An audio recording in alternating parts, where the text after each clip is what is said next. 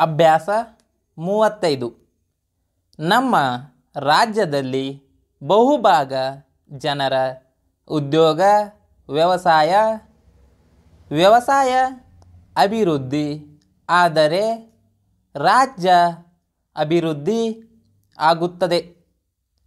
ಆದ ಕಾರಣ ವ್ಯವಸಾಯ ಅಭಿವೃದ್ಧಿ ಬಗ್ಗೆ ಯೋಗ್ಯ ವ್ಯವಸ್ಥೆ ಮಾಡುತ್ತಿದ್ದಾರೆ.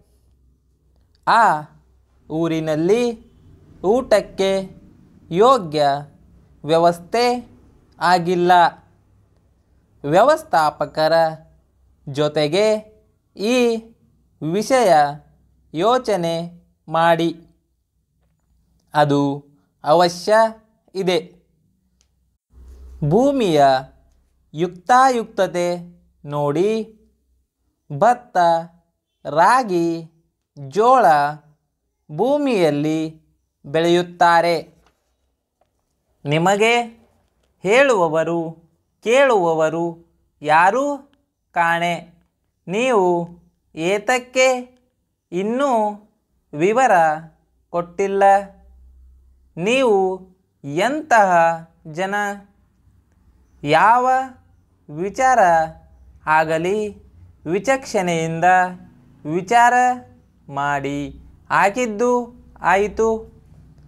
ಇನ್ನು ಮೇಲೆ ಜಾಗ್ರತೆ.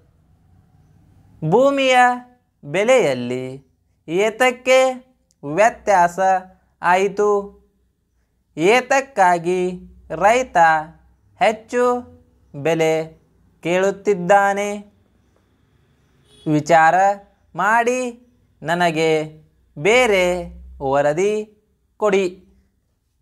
ನಮ್ಮ ಊರಿನಲ್ಲಿ ಗಿರಣಿ ವ್ಯವಸ್ಥೆ ಇನ್ನೂ ಯಶಸ್ವಿ ಆಗಿಲ್ಲ.